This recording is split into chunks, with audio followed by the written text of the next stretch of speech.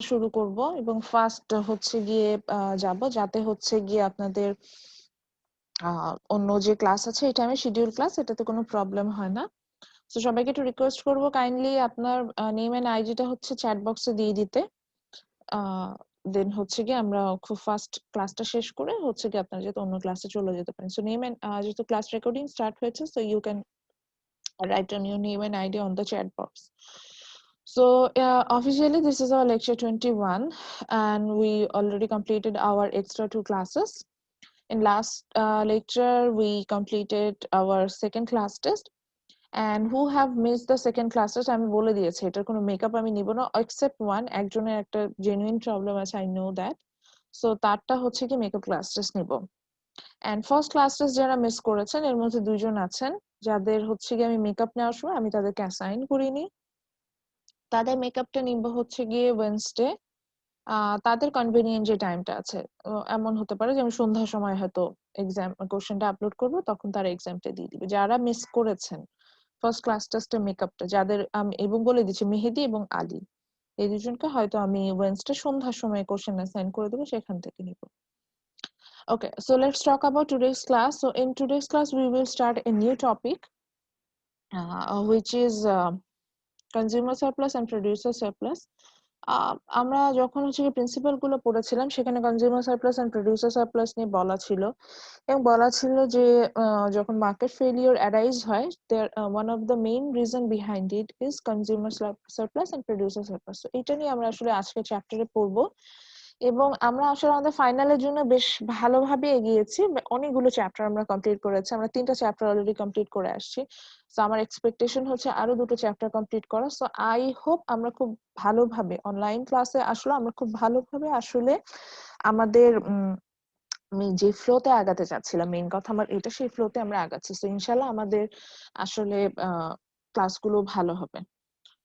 So allow me sometimes আমি আপনাদের show করছি যে আমরা আসলে আজকের ক্লাসে কি কি পড়বো এবং এটার জন্য আমরা আসলে কতটুকু যাব। সো আজকের জন্য হচ্ছে আমাদের যে রেফারেন্স বুকটা আছে এটা চ্যাপ্টার 7টা আমরা ফলো করব, which this chapter will cover the topic consumer surplus, producer surplus and efficiency of the market.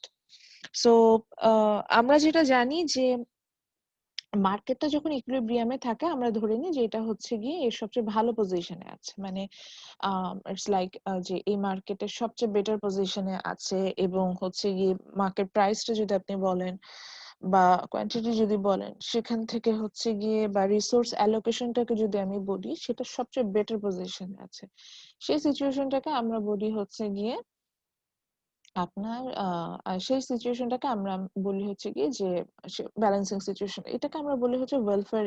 মানে এই জিনিসগুলা ইকোনমিক্স এর যে টার্মটাতে আমরা আসলে স্টাডি করে সেটাকে আমরা বলে থাকি ওয়েলফেয়ার ইকোনমিক্স। তো ওয়েলফেয়ার ইকোনমিক্স কি বলছে, বলছে the study of how the allocation of resources effects economic wellbeing, which I said before যে আমি হচ্ছে গিয়ে যে আমি রিসোর্সটাকে এমন ভাবে অ্যালোকেট করেছি সো দ্যাট আমার সোসাইটিতে, মানে আমি মার্কেট ইকুইলিব্রিয়ামে পৌঁছেছি এবং এখানে ইকুইটিটা মেনটেন হচ্ছে। ঠিক আছে, যে যার যতটুকু দরকার সেই অনুযায়ী সে হচ্ছে গিয়ে আপনার ভালো থাকছে, রিসোর্সটা পাচ্ছে, সেটা মেনটেন হচ্ছে। এই ধরনের টার্মগুলো নিয়ে আমরা ইকোনমিক্সের যে পার্টটাতে আলোচনা করি সেটাকে আমরা ওয়েলফেয়ার ইকোনমিক্স বলি। সো এই ওয়েলফেয়ার ইকোনমিক্স এর যে আমরা যে মেইন পার্ট গুলো পড়ে থাকবো, সেটার প্রথম পার্ট মানে ওয়েলফেয়ার ইকোনমিক্স নিয়ে আমরা যখন স্টাডি করব, সরি আমি একটু জুম করে নিই, ওয়েলফেয়ার ইকোনমিক্সটা যখন আমরা স্টাডি করবো তখন আসলে কি মানে মার্কেটে তো দুটো কম্পোনেন্ট, একটা হচ্ছে গিয়ে মানে decision making unit, one is buyer another one is seller. So we always think about their welfare, which means the benefits they are receiving from the market, we always think about them. So when we think about the benefits they are going to receive from the market, it covers two area. One is consumer surplus, another one is producer surplus. And in our 10 principle of economics we already studied that is market is a good way, or market usually a good way to organize the economic activities. So এখানে আসলে আমরা দেখবো যে যে welfare economics এর কথা বললাম, যেখানে সবাই ভালো থাকবে, এই ওয়েলবিংটা কিভাবে আমরা মেইনটেইন করব, অ্যান্ড হচ্ছে গিয়ে সেখান থেকে আমাদের মানে বোথ এন্ডে কনজিউমার এবং প্রোডিউসার এই বোথ এন্ড থেকে তারা কিভাবে বেনিফিটেড হচ্ছে আমরা সেগুলো নিয়ে স্টাডি করব এবং দেখব যে ফাইনালি দুইজন বেনিফিটেড হওয়ার পরেই কিন্তু আমরা ইকুইলিব্রিয়াম যেটাকে বলছি সেখানে আমরা রিচ করছি। সো এই জিনিসগুলো আমরা এখানে স্টাডি করব। সো ফার্স্ট আমরা পয়েন্ট হিসেবে পড়বো হচ্ছে কি consumer surplus.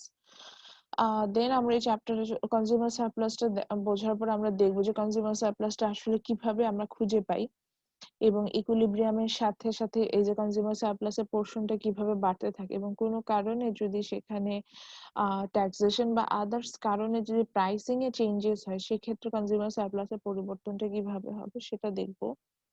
Then we will talk about the producer surplus কি সেটা সম্পর্কে জানবো। একইভাবে দেখবো যে প্রাইসিং এর কোনো চেঞ্জেস হলে প্রোডিউসার সারপ্লাসে কিভাবে চেঞ্জেস আসে। তারপর আমরা চলে যাব যে এই যে মার্কেট এফিসিয়েন্সি বলছে এই মার্কেট এফিসিয়েন্সিটা আসলে অ্যারাইজ হচ্ছে কিভাবে এবং মার্কেট এফিসিয়েন্সির সময় আসলে মানে মার্কেট এফিসিয়েন্সি বলতে সিচুয়েশনটাকে কি বোঝাচ্ছে।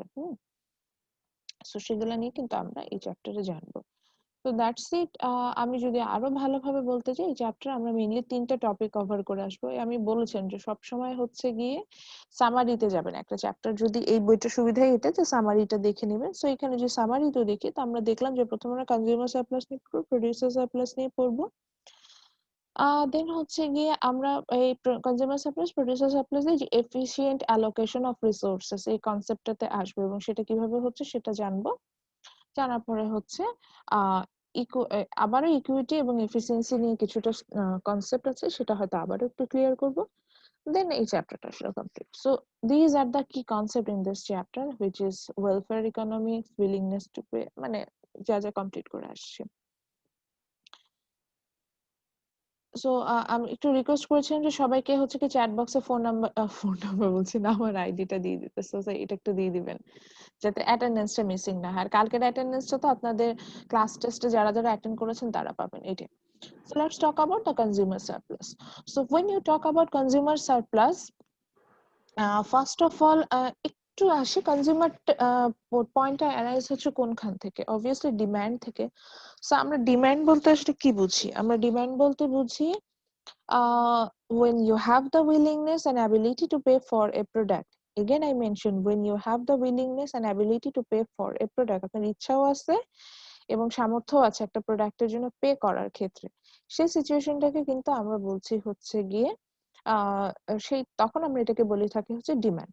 যে আমার সাপোজ একটা ল্যাম্বরগিনি কেনার জন্য 3 crore টাকাও আছে এবং আমার ইচ্ছাও আছে যে আমি টাকাটা স্পেন্ড করে একটা ল্যাম্বরগিনি কিনবো, তখন এটাকে কিন্তু আমি বলবো হচ্ছে কি this is my demand. So এই যে ডিমান্ডের কথা আমি যখন আসলাম, তো এই যে আমি প্রথমে বলছিলাম না যে I have the willingness to pay, হ্যাঁ, and ability to buy. Willingness to pay মানে কি যে আমার যেই অ্যামাউন্টটা পে করার ইচ্ছা, সোজা বাংলায় যেটাকে বললাম। এখন ধরেন একটা ম্যাঙ্গো আছে, একটা ম্যাঙ্গোজ আছে এন্ড আমার ক্লাসে 3জন স্টুডেন্টকে আমি ধরে নিলাম, তানিমকে নিলাম, জাহিদকে নিলাম আর সাইফকে নিলাম। সো ওই ম্যাঙ্গোটার হচ্ছে গিয়ে কনজিউম করার জন্য তানিম ধরেন 10 টাকা স্পেন্ড করতে চায়, জাহিদ হচ্ছে 15 টাকা স্পেন্ড করতে চায়, আর হচ্ছে সাইফ হচ্ছে 20 টাকা পে করতে চায়। তাহলে সেম প্রোডাক্টের ক্ষেত্রে কিন্তু যেটা হবে যে willingness to pay, that means the amount that a buyer will to pay to consume the good, it's different or it varies to buyer or person to person, হ্যাঁ, এটা কিন্তু ভ্যারি করবে। তো উইলিংনেস টু পে বলতে বুঝলাম কি the amount or the maximum amount that you want to pay or that a consumer want to pay to buy a product or to consume a product, that's called willingness to pay. So এখানে এটাই দেখাতে চাচ্ছিল যে এখানে একটা বার্গারের কথা বলেছে। সো বার্গার থেকে আমরা দেখতে পাচ্ছি যে বিভিন্ন ডিফারেন্ট বায়ারের কথা বলেছে যে সেখানে জন হয়তো $100 স্পেন্ড করতে চাচ্ছে for a single burger, but আমি যখন হচ্ছে গিয়ে পলের কথা দেখছি he wants to spend 80 or George 70 or Ringo 50. So it varies person to person, it doesn't mean that যে এটাই মার্কেট প্রাইস। আমি জাস্ট বলতে চাচ্ছিলাম যে আমি যে অ্যামাউন্টটা পে করতে চাচ্ছি সেটা আমার ভ্যারি করছে এবং this is not the market price. Now let's think about a situation. ধরে নিচ্ছি এই ম্যাঙ্গোজ এর কথা বলছিলাম না, তো suppose I am the mango seller here, আমার গাছের বাগান আছে ম্যাঙ্গোর, সো আমি সেটা সেল করছি। এখন আমি আমার selling price and others costing এসব ক্যালকুলেশন, কস্ট অফ প্রোডাকশন শিখে আসি, ওখান থেকে কস্টিং ক্যালকুলেশন করে I have find out the, আমি ধরেন এরকম ডিসাইড করেছি দ্য মার্কেট প্রাইস, মানে এরকম আমার ইচ্ছে যে আমি যদি পার পার ম্যাঙ্গোস 20 টাকা হয় তাহলে হচ্ছে কি আমি সেল করে দিব, মানে 20 টাকা হলে আমার প্রফিট থাকে, এরকম একটা সিচুয়েশন হলো। সো 20 টাকা হলে আমি সেল করবো, 20 টাকা হলে আমার প্রফিট থাকে, এটা চিন্তা টিন্তা করে আমি সেল করার ডিসিশনে আসলাম। নাও একটু চিন্তা করেন তো, আবার বলছি 20 টাকা হলে আমি বলেছি আমি সেল করব, তাহলে প্রথমে আমি তানিমের কথা বলেছিলাম। তো তানিম বলেছিল যে 10 টাকা হলে সে প্রোডাক্টটা কিনবে।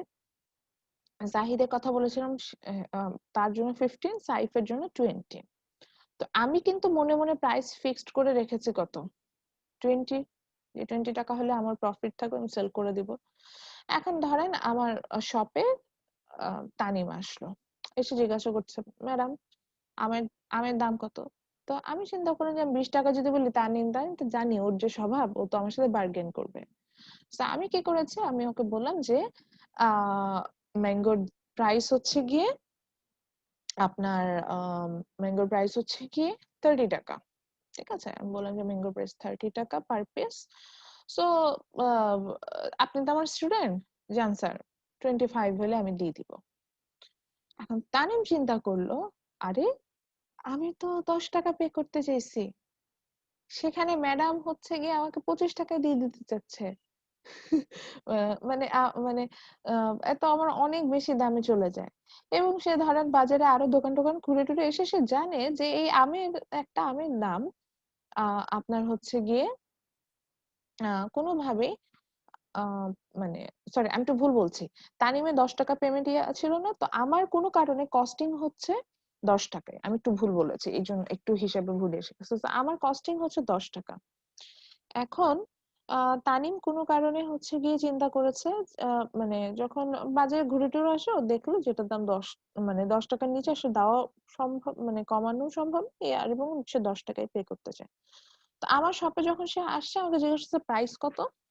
তা আমি বলেছি যে আমি তো জানি যে এটা 10 টাকায় সেল করলে আমার প্রফিট থাকবে। তারপর আমি ওকে বলেছি যে না স্যার, এই যে নিজের দোকান থেকে নিয়ে আসছি, বুঝেনি আপনি আমার স্টুডেন্ট, সো এটা মার্কেট প্রাইস আছে 20 টাকা, আপনি আমার স্টুডেন্ট 15 টাকায় সেল করবো।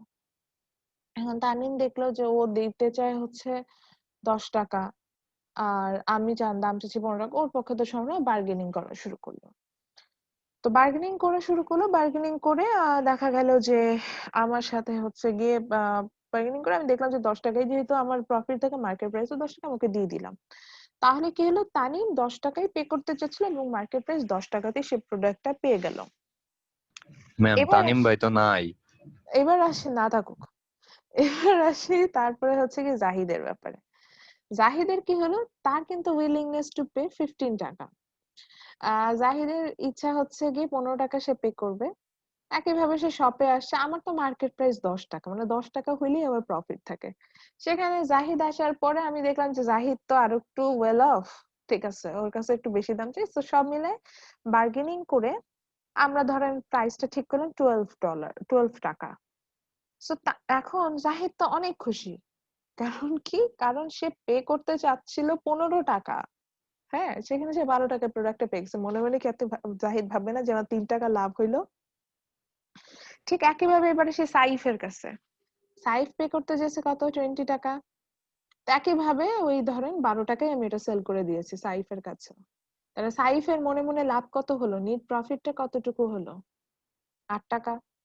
তো এই যে দেখেন আমার willingness to pay and there is a difference between my market price, অর্থাৎ আমি যখন একটা প্রোডাক্ট পারচেস করছি, তখন কিন্তু দেখেন আমরা যখন একটা প্রোডাক্ট পারচেস করি, সেই প্রোডাক্টটা পারচেস করার আগে কিন্তু তার একটা প্রাইস ফিক্সড করে নেই, আমার একটা প্রাইস ফিক্সড করা থাকে, সেই প্রাইসে আমরা প্রোডাক্টটা পারচেস করতে যাই। তো সেই প্রাইসে যদি আমরা প্রোডাক্টটা না মানে তো তাহলে আমার কথা যেটা ছিল যে কনজিউমার সারপ্লাসটা আসলে কি, যে এই যে আমার যে প্রাইসে প্রোডাক্টটাকে সেল করার ইচ্ছা, that means the willingness to pay, আমার যে উইলিংনেস টু পেটা আছে, সেটার সাথে actually what I am paying, that's my market price.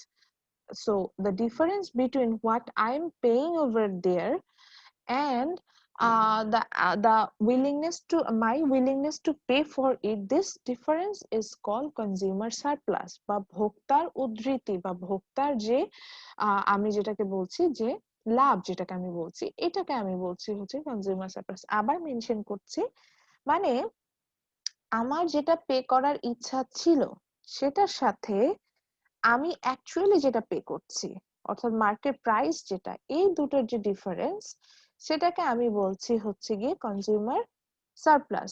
ঠিক আছে? সো কনজিউমার সারপ্লাসটাকে সাধারণত আমরা মেজার করি হচ্ছে গিয়ে market price minus your willingness to pay. আমরা যখন এফিসিয়েন্সিটা পড়বো ওখানে দেখেন এই ফর্মুলাটা লিখেছে, ওখানেই দেখাই, তাহলে আমার কষ্ট করে লিখতে হবে না। সো দেখেন এখানে consumer surplus is equal to লিখেছে value to the buyers minus the amount paid by the buyers.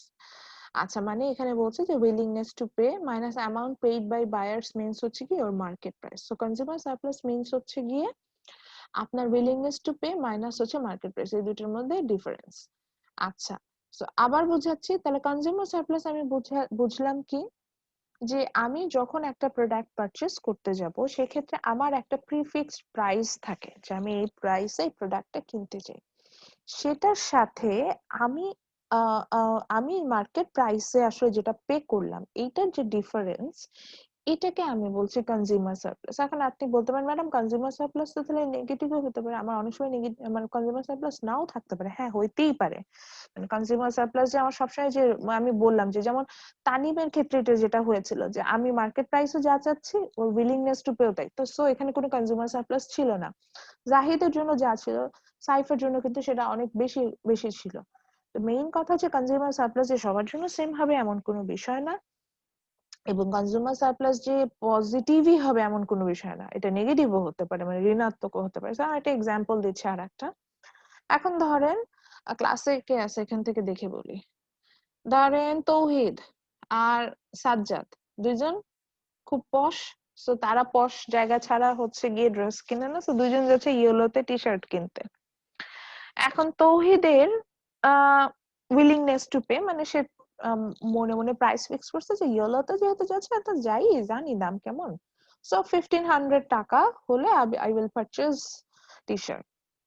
Sajjad তো নতুন নতুন যাওয়া শুরু করেছে ধরলাম, সাজ্জাদ চিন্তা করেছে ভাই আগে তো কিনতাম নিউ মার্কেটের ঢাকা কলেজের উল্টা পাশ থেকে, ঠিক আছে এখন দাম বাড়াইছি।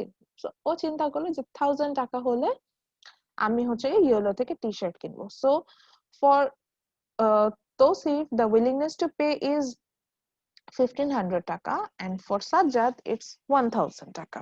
Okay, so now when they move to YOLO they have find out that is ইয়েলোতে আপনার অত ফিক্সড প্রাইস, ওরা দেখলো যদি একটা সেল চলতেছে, সেলে হচ্ছে গিয়ে প্রোডাক্টের দাম হয়ে গেছে হচ্ছে গিয়ে ধরেন কত 1400 টাকা।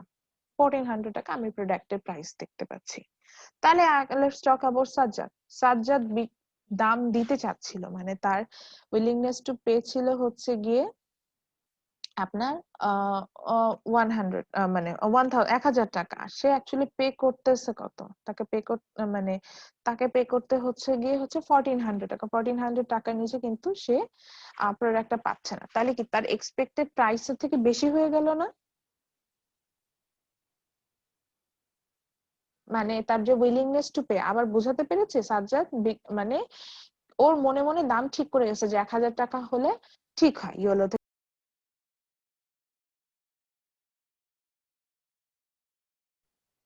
সরি, অ্যাকচুয়ালি আমি বাসায় নাই, সো আমার নেটওয়ার্ক বেশ পুয়ার। কি ব্যাপার, সবাই হচ্ছেন কি ক্লাসরুম থেকে বের হয়ে গেছে? একটু শোনা যাচ্ছে? আচ্ছা, যেটা বলছিলাম যে আমার নেটওয়ার্ক একটু পুয়ার, আমি বাসায় নাই, তো আমার বাসার নেটওয়ার্ক খুব স্টেবল, বাট আমি বাসার বাহিরে আছি। সো সমস্যা নাই ম্যাম।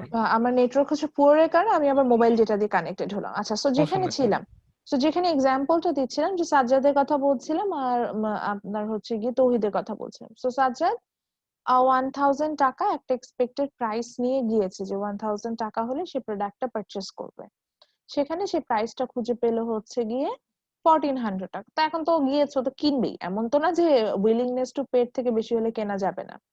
তো তাহলে কি হলো, তার 1000 টাকা ব্যয় করার ইচ্ছা ছিল কিন্তু সেখানে সে 1400 টাকার প্রোডাক্টটা কিনলো, তাহলে কি তার কনজিউমার সারপ্লাস আমি যেটাকে বললাম সেটা কি কোনো থাকলো?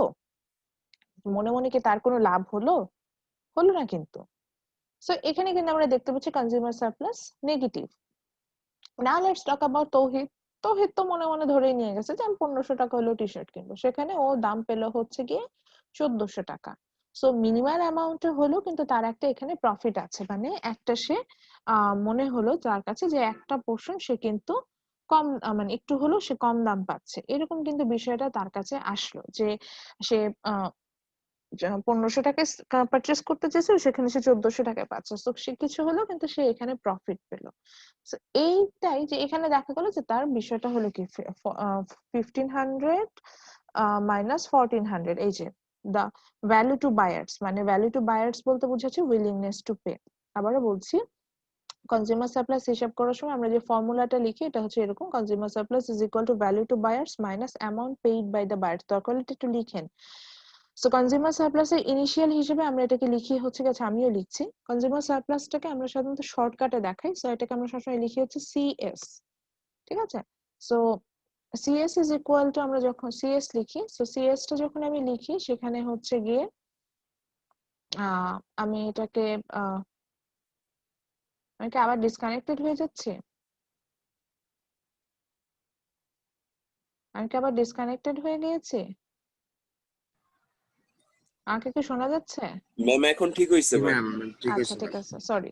সো আমি কনজিউমার সারপ্লাসকে সাধারণত শর্টকাটে দেখাই আমরা, সো আমি এখানে সিএস নিয়ে আসছি। সো সিএস কনজিউমার সারপ্লাস থেকে সিএস, কনজিউমার সি সারপ্লাস থেকে সিএস ইজ ইকুয়াল টু কি, তো আমার এখানে ভ্যালু টু বায়ার্স বলতে আমি এখানে বোঝাচ্ছি হচ্ছে উইলিং কি to buyers ma'am. Willingness to pay, যেটা যে অ্যামাউন্টটা আমি পে করতে চাচ্ছি। তো তৌহিদের ক্ষেত্রে আমরা এই অ্যামাউন্টটা পেয়েছিলাম কত, তৌহিদের ক্ষেত্রে আমরা দেখেছিলাম যে তৌহিদ পে করতে চাচ্ছে হচ্ছে গিয়ে 15,000 সরি 1500 টাকা, 1500 1500 টাকা সে পে করতে যাচ্ছে। And amount to paid by the buyers বলতে বুঝেছি মার্কেট প্রাইসটা, তো ও তো ইয়েলোতে যে সেলটা 1400 ম্যাম। 1400, তাহলে আমি ডিফারেন্সটা কত পাচ্ছি? 100 টাকা। সো তৌহিদের কিন্তু মিনিমাম অ্যামাউন্টের হলেও একটা প্রফিট থাকছে। So, আমার কথা হচ্ছে গিয়ে কনজিউমার সারপ্লাস অনেক বড় অ্যামাউন্টও হতে পারে, ছোট অ্যামাউন্টও হতে পারে, আবার নাও থাকতে পারে, নেগেটিভও হতে পারে। যেমন আমরা যখনই সাজ্জাদের বিষয়টা নিয়ে কথা বলছিলাম, সাজ্জাদের ক্ষেত্রে আমরা দেখতে পাচ্ছিলাম কি যে সাজ্জাদের জন্য সে হচ্ছে গিয়ে সেক্ষেত্রে সে তার প্রাইসটা সে মনে ফিক্সড করে গিয়েছিল হচ্ছে 1000 টাকা, যে 1000 টাকা হলো সে টি শার্টটা কিনবে, কিন্তু ওখানে যে সে প্রাইস পেয়ে গেল হচ্ছে কি 1400 টাকা। সো আমি যদি এটাকে ডিডাক্ট করি আমার অ্যান্সারটা কিন্তু নেগেটিভে আসছে, যে negative 1400। It doesn't mean that যে উনি বেশি টাকা পে করেছে, ইট মিনস দ্যাট যে here is no consumer surplus for Sajjad. হ্যাঁ, he paid more than his expectation. It doesn't mean that সে এই প্রোডাক্টটা কিনবে না, কিন্তু সে প্রোডাক্টটা কিনবে, কিন্তু এখানে তার কনজিউমার সারপ্লাস নেই। এমন হয় না আমরা কিছু প্রোডাক্ট কিনলে মাঝে মধ্যে চিন্তা করি যে আমি তো অনেক জিতছি, আবার কিছু প্রোডাক্ট কিনলে আমাদের মনে হয় না যে না 100 টাকা করে লস গেছে। তো যখন এই যে আমরা বলি যে আমার মনে মনে আমরা চিন্তা করি যে আমার লস গেছে, দিস ইজ কল এখানে আপনার কনজিউমার সারপ্লাস নেগেটিভ। আর যখন আপনি মনে করেন যে না ঠিক আছে, যা হয়েছে ভালো হয়েছে, অনেক কম দামে পেয়ে গেছি, which means আপনার consumer surplus positive. am I clear to you? বুঝতে পারছেন? সো ম্যাম এটা কি নেগেটিভ হইতে পারে ম্যাম? নেগেটিভ তো হতে পারে না, মানে নেগেটিভ আমাদের ক্যালকুলেশনে নেগেটিভ আসতে পারে, বাস্তবে এটার কোনো ভিত্তি নেই। মানে সরি, আমার মিস্টেক, বাস্তবে এটার মানি ভ্যালুটা এরকম নেগেটিভ না। বুঝাতে পারছি? মানে এই যে কনজিউমার সারপ্লাস প্রোডিউসার সারপ্লাসের কথা বলছি, এটা টোটালি মেন্টাল একটা কনসেপ্ট, মানে এটা আমরা মানে মনে মনে ক্যালকুলেশন গুলো করে থাকি। এইটার আমি এরকম হবে না যে হ্যাঁ আমার সত্যি সত্যি ঋণাত্মক ভ্যালু আসবে এবং সত্যি সত্যি সেখানে হচ্ছে গিয়ে আমার লস হয়ে যাবে, এরকম কোনো বিষয় না, বা সত্যি সত্যি আমার 100 টাকা প্রফিট হয়ে যাবে, এরকম বিষয় না। আমরা দেখা যায় একটা প্রোডাক্ট কিনে আমার এরকম হয় যে আমি হয়তো কিনলাম, আমার কাছে মনে হলো যে এই প্রোডাক্টটা ঠিক দামে পেয়েছি, আবার মানে যা চাই পে করতে চাইছিলাম সেই দামে পাচ্ছি, আবার অনেক সময় এরকম মনে হয় যে না এই প্রোডাক্টটা আরো একটু কম দামে হলে আমার ঠিক হতো, আমি বেশি দাম দিয়ে কিনে ফেললাম। এই যে বেশি দাম দিয়ে কিনে ফেললাম, মানে তখন আমার কনজিউমার সারপ্লাস নেগেটিভ। যখন মনে হচ্ছে আমি 100 টাকা জিতছি, তখন আমার কাছে মনে হচ্ছে consumer surplus positive. That's it. আচ্ছা হ্যাঁ, আমি দেখলাম ইমরান হ্যান্ড রেজ করেছেন, বলেন স্যার। মিস আমি নেগেটিভটা জানার জন্য আচ্ছা, বলেছিলাম। নেগেটিভটা বোঝার জন্য। মিস এটা কি নেগেটিভটা ডিপেন্ড করে মার্কেট প্রাইসের উপরে মিস? এটা আসলে ডিপেন্ড করে দুইটার উপরে, আপনার এক্সপেকটেশনের উপর ডিপেন্ড করছে। এখন আপনি ধরেন একটা প্রোডাক্ট আপনি যে প্রাইসে কিনতে চাবেন, আমি সেই একই প্রাইসে নাও কিনতে যেতে পারি। ওই যে বললাম যে আম আম কিনতে যাচ্ছেন, এখন সাইফ ওটা 20 টাকা হলেও কিনবে, কিন্তু জাহিদ কিন্তু ওটা 15 টাকার বেশি দামে কিনতে রাজি না। বুঝতে পারছেন, মনে মনে প্রাইস ওটা ওটা হলে হবে, না হলে সে কিনবে না। কিন্তু এখন দেখলাম যে মার্কেট প্রাইস হচ্ছে গিয়ে ধরেন 10 টাকা, তো সেক্ষেত্রে জাহিদ মনে মনে প্রফিট করলো 5 টাকা, আর সাইফ করলো হচ্ছে কি 10 টাকা, কিন্তু প্রোডাক্টের প্রাইস কিন্তু সেম আছে। কিন্তু জাহিদের জন্য প্রোডাক্টের ভ্যালু একরকম ছিল, সাইফের জন্য আরেক রকম ছিল। এবার বোঝাতে পেরেছি? আচ্ছা, সো আমার মনে হয় আমি ক্লাসটা এখানে শেষ করে দিব, যেহেতু আপনাদের আরো একটা প্যারালাল ক্লাস চলছে অনেকের। So if you have any question regarding this topic, আমাকে কোশ্চেন করতে পারেন, তাহলে আমি এটার ছবিটা একটু দেখাবো, ফিগারটা দেখাবো দ্রুত শেষ করার জন্য। কোনো কোশ্চেন আছে এখন পর্যন্ত? আচ্ছা, তাহলে আমরা একটু দেখে নিই যে কনজিউমার সারপ্লাস, প্রোডিউসার সারপ্লাস আমরা আসলে কিভাবে কিভাবে হচ্ছে কি আমরা ড্র, মানে এটাকে গ্রাফিক্যালি কিভাবে রিপ্রেজেন্ট করা যায়, এটা দেখে ফেলি। So if we want, we can represent the consumer surplus like this figure. এটা হচ্ছে ফিগার 3 তে আপনারা দেখতে পাবেন। হ্যাঁ, সো এখানে আমরা দেখতে পাচ্ছি কি, মনে রাখবেন ডিমান্ড কার্ভের প্রত্যেকটা পয়েন্ট কিন্তু আপনার উইলিংনেস টু পে মানে শো করে। কজ যেমন ধরেন আমি যদি সি পয়েন্টে আছি, এর মানে হচ্ছে কি P1 প্রাইসে আমি কিন্তু Q1 প্রোডাক্টটি কিনতে চাচ্ছি, এর বেশি না। আবার ধরেন আমি এখানে যেখানে আমার মাউসটা নিয়ে যাচ্ছি, সেখানে কিন্তু এই প্রাইসে আমি আপনার হচ্ছে গিয়ে প্রোডাক্টটা কিনতে যাচ্ছি। সো কনজিউমার সারপ্লাস আসলে কি, এই যে দেখেন এই ছবিটাতে আমরা দেখছি যে ডিফারেন্ট পার্সনের জন্য কনজিউমার সারপ্লাস ডিফারেন্ট ডিফারেন্ট হতে পারে। যে আমরা এখানে দেখতে পাচ্ছিলাম যে when we talk about John, ওর কনজিউমার সারপ্লাস 100 লেভেলে, মানে সরি ওর উইলিংনেস টু পে হচ্ছে কি 100 লেভেলে, অর্থাৎ ওর ডিমান্ড কার্ভটা এরকম প্যারালালি যে একটা বার্গার সে 100 টাকা দিয়ে কিনতে যাচ্ছে। কিন্তু যখন আমি পলের কাছে চলে আসলাম, সে কিন্তু 80 টাকা দিয়ে কিনতে যাচ্ছে। মানে এখান থেকে বোঝাতে চাচ্ছিলাম যে পার্সন টু পার্সন যদি আমি চিন্তা করি, তাহলে কিন্তু মানে ডিমান্ড কার্ভটাও এরকম একটু ডিফারেন্ট হবে, এবং কনজিউমার সারপ্লাসটা ডিফারেন্ট ওয়েতে আসবে। সো মেইন কথা, যখন আমি আমার ডিমান্ড কার্ভটাকে ড্র করছি, each point of demand curve shows your willingness to pay for the product. আবারও বলছি, each point of the demand curve will show you the willingness for your product. So in that cases আমি যখন consumer surplus calculation করতে যাব, আমার ক্যালকুলেশনটা কি হবে, সেটা হচ্ছে গিয়ে আমি যে ইকুইলিব্রিয়াম প্রাইসটা পাবো। আপনি বলেন ম্যাডাম এখানে সাপ্লাই দেয়নি, সাপোজ আমি ধরে নিচ্ছি P1 is the equilibrium price. So আমরা একটু আগে কি পেলাম, the difference between willingness to pay and consumer surplus, the difference between your willingness to pay and consumer surplus, sorry, and the market price is your consumer surplus. So আমি এখানে দেখতে পাচ্ছি demand কার্ভের প্রত্যেকটা পয়েন্ট হচ্ছে আমার willingness to pay দেখাচ্ছে, আর আমার মার্কেট প্রাইসটা হচ্ছে এই BC লাইনটা, অর্থাৎ এই P1 প্রাইসটা বা এই প্যারালাল লাইনটা B and C, this is my market price. এই যে দুটোর মধ্যে যে ডিফারেন্স, সেটাই আমার কনজিউমার সারপ্লাস হওয়া উচিত না? That's why this blue area, দেখেন একটা ব্লু এরিয়া আমি দেখাচ্ছি, this is my consumer surplus. কিছুটা কি বুঝতে পারছি? আবার বলছি, সেটা হচ্ছে এই এ বি সি কে আমরা এখানে কনজিউমার সারপ্লাস বলছি। কেন? বিকজ এই যে demand curve, each point of the demand curve will show you the willingness to pay for your product, and consumer surplus is the difference between the market price and the willingness to the product. তো তাহলে এই যে আমার this is the market price and এইটা আমার demand curve, তাহলে এই দুটো ডিফারেন্সটাই হবে কি কনজিউমার সারপ্লাস। এবার ক্লিয়ার হয়েছে? এই জন্য এই ব্লু এরিয়াটাকে আমি কনজিউমার সারপ্লাস হিসেবে দেখাচ্ছি। এরপরে দিন নেক্সট ক্লাসে আমরা প্রোডিউসার সারপ্লাসে আসবো, যে প্রোডিউসার এন্ড থেকেও এরকম একটা লাভের বিষয় আছে, সো সেটা কিভাবে ক্যালকুলেশন করব এটা নেক্সট ক্লাসে দেখবো। So regarding today's topic, do you have any question? কোনো কোশ্চেন আছে? ম্যাম এই গ্রাফটা ম্যাম অ্যাকচুয়ালি আচ্ছা, একটু এটাই একটু কনফিউজিং কনফিউশন। মনে হচ্ছে। আচ্ছা, জি ম্যাম। আমি একটু সাজেস্ট করব আজকে একটু প্রথম দুটো পেজ বইয়ের নেক্সট ক্লাসে আর একটু ক্লিয়ার করব। আমার প্রথম দুটো পেজ একটু পড়বেন, বিকজ আমরা হচ্ছে গিয়ে ওই willingness to pay by demand গুলো আগে পড়ে আসছি। তো এই কনজিউমার সারপ্লাস এর নিচে যে অংশটা আছে, এইটুকু অংশ স্পেশালি এই যে এরকম বাঁকা বাঁকা যে কার্ভটা গেছে এইটুকুর আগ পর্যন্ত অংশটা নিজেরা একটু পড়ে নেবেন। পড়ার পরে আমি আবার এটা একটু বলবো যে কিভাবে ওই ব্লু এরিয়াটা হচ্ছে আমার কনজিউমার সারপ্লাস। থ্যাংক ঠিক ইউ আছে, ম্যাম, থ্যাংক ইউ একটু পড়েন, আগে একটু নিজে থেকেও স্টাডি করে আসতে হবে, আদারওয়াইজ আমি এখন যতই বলি মাথায় ঢুকতে একটু অসুবিধা হবে। জি ম্যাম, বুঝতে পারছি ম্যাম। ওকে, তাহলে আমরা হচ্ছে ইনশাল্লাহ নেক্সট ক্লাসে মানে আমাদের ওয়েডনেসডে ক্লাসে হচ্ছে গিয়ে প্রোডিউসার সারপ্লাস এবং দুটোর মধ্যে অ্যাডজাস্টমেন্টে যাব। ঠিক আছে, ওকে সবাই তাহলে ম্যাম ভালো থাকবেন। রাসেল শেখ জি জি, বলতেছিলাম ম্যাম। হ্যাঁ রাসেল, আপনি আমাকে আজকে একটু রাত 8, 8:30 পরে ফোন করেন, আপনার সাথে আমি ওভার ফোনে আপনার প্রবলেমটা নিয়ে কথা বলবো। আচ্ছা ঠিক ভালো আছে। আছেন আপনি? হ্যাঁ ভালো আছে আলহামদুলিল্লাহ। আসসালামু বাসায়, আলাইকুম ম্যাম। ওয়ালাইকুম আসসালাম। আমি বাসায় নাই বলে আমার নেটওয়ার্কে আজকে একটু আনস্টেবল, এইটাই হচ্ছে একটু ঝামেলা। আর ম্যাম তাছাড়া আমি আপনার সাথে একটু কথা ছিল ম্যাম। ম্যাম আমার একটু কথা ছিল ম্যাম।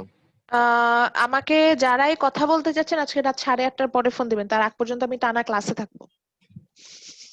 So, রাত আচ্ছা 8:30 পরে আচ্ছা ফোন দেন, আমি ওভার ওকে ফোনে ম্যাম। কথা বলবো। ম্যাম আমার ঠিক যে আছে, মানে ফার্স্ট কুইজ টেস্ট নিয়ে একটু কথা ছিল। বলেই তো দিলাম 8:30 পরে ফোন দেন, কথা ওকে বলবো। ঠিক ম্যাম, আছে, ঠিক আছে ম্যাম। ওকে আসসালামু আলাইকুম ম্যাম। ওকে সবাই ম্যাম, ভালো থাকবেন। ভালো থাকবেন। আসসালামু আল্লাহ আলাইকুম হাফেজ ম্যাম। ম্যাম। ওয়ালাইকুম আসসালাম।